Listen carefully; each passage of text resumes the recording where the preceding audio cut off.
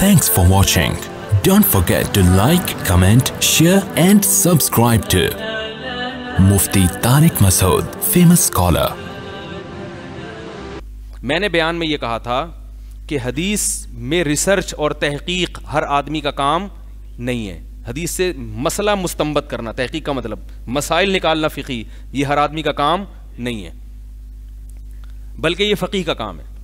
تو ان محترم سے کسی نے سوال پوچھا تو انہوں نے جواب میں ارشاد فرمایا، حدیث میں آتا ہے بخاری کی فلاں نمبر حدیث، بلغوا عنی ولو آیا، ایک حدیث بھی مجھ سے سنو تو وہ آگے لوگوں تک پہنچا دو. تو اس نے کہا اس کے لیے کوئی فقیہ کوئی مجتہد ہونا ضروری نہیں، حدیث میں آتا ہے پہنچا دو. اور پھر مزید دلیل یہ کہ صحابہ کرام میں سارے عالم نہیں تھے لیکن سب حدیثیں پہنچاتے تھے. وہی ہے کہ سوال خربوزہ اور جواب میں کیا پیش کیا جا رہا ہے؟ تربوز. سوال خربوزے سے متعلق ہے اور جواب میں کیا پیش کیا جا رہا ہے؟ میں نے یہ کب کہا تھا کہ حدیث پہنچانے کے لیے فقیہ ہونا ضروری ہے؟ حدیث سے مسئلہ نکالنے کے لیے کیا ضروری ہے؟ حدیث سے فقہی مسائل کا استنباط انجینئروں کا کام نہیں ہے، اس کے لیے فقہا مجتہدین کا کام ہے یہ. اور اس پر میں نے حدیث پیش کی تھی. آپ جو حدیث پہ بلغوا عنی ولو آیا، جو مجھ سے سنو آگے پہنچا دو، یہ تو فرمائے جو مجھ سے سنو آگے پہنچا دو ہر ایک کو ہے، لیکن آگے اس سے ہر مسئلہ نکالو بھی، یہ ہر ایک کو نہیں ہے. اس کے بارے میں دوسری حدیث ہے، نبی صلی اللہ علیہ وسلم نے فرمایا رب حامل فقہ غیر فقیہ، بہت سے لوگ علم کی بات، حدیث کو، علم کی بات تو سب سے پہلے اس وقت قرآن و حدیث ہی تھا، فرمایا جانتے ہیں مگر سمجھتے نہیں ہیں.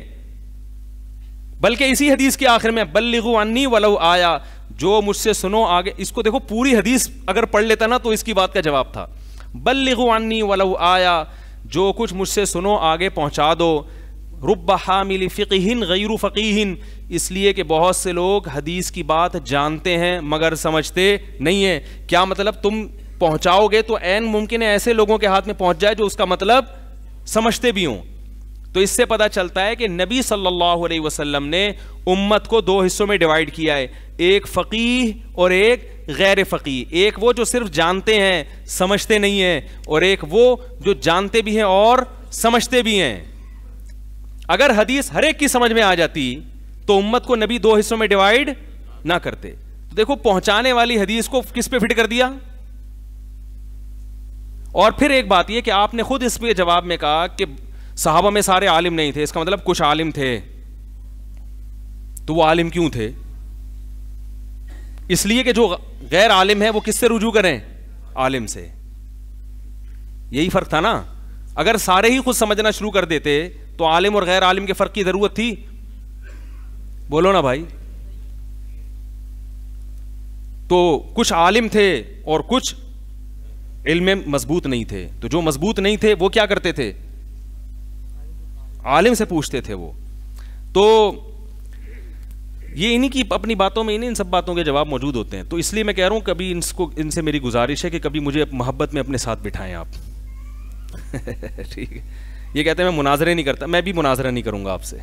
گپ شپ لگائیں گے، جیسے آپ نے مولانا تاج صاحب کے ہاتھ چومے، میرے ہاتھ نہ چومیں. آپ بیٹھیں، ہم بیٹھ کے آپس میں کچھ ٹاپک ہیں جو میں آپ کو دوں گا جس میں آپ نے ہم پہ بہت کیچڑ اچھالا ہے، میری ذات پہ تو چلو وہ چلتا ہے، سب علماء کو لپیٹا ہے. تو میں آپ کو بتاؤں گا اسی وقت کہ آپ حضرت یہاں آپ یہ گڑبڑ کی، آپ نے لفاظی کی، آپ نے یہاں. مفتی طارق مسعود صاحب کے بیانات سننے کے لیے youtube.com/مفتی طارق مسعود کو سبسکرائب کریں. اور اگر آپ لائیو ویڈیو کو کبھی بھی مس نہیں کرنا چاہتے ہیں تو سبسکرائب کرنے کے بعد بیل آئیکن پہ کلک کرنا مت بھولیں. جزاک اللہ.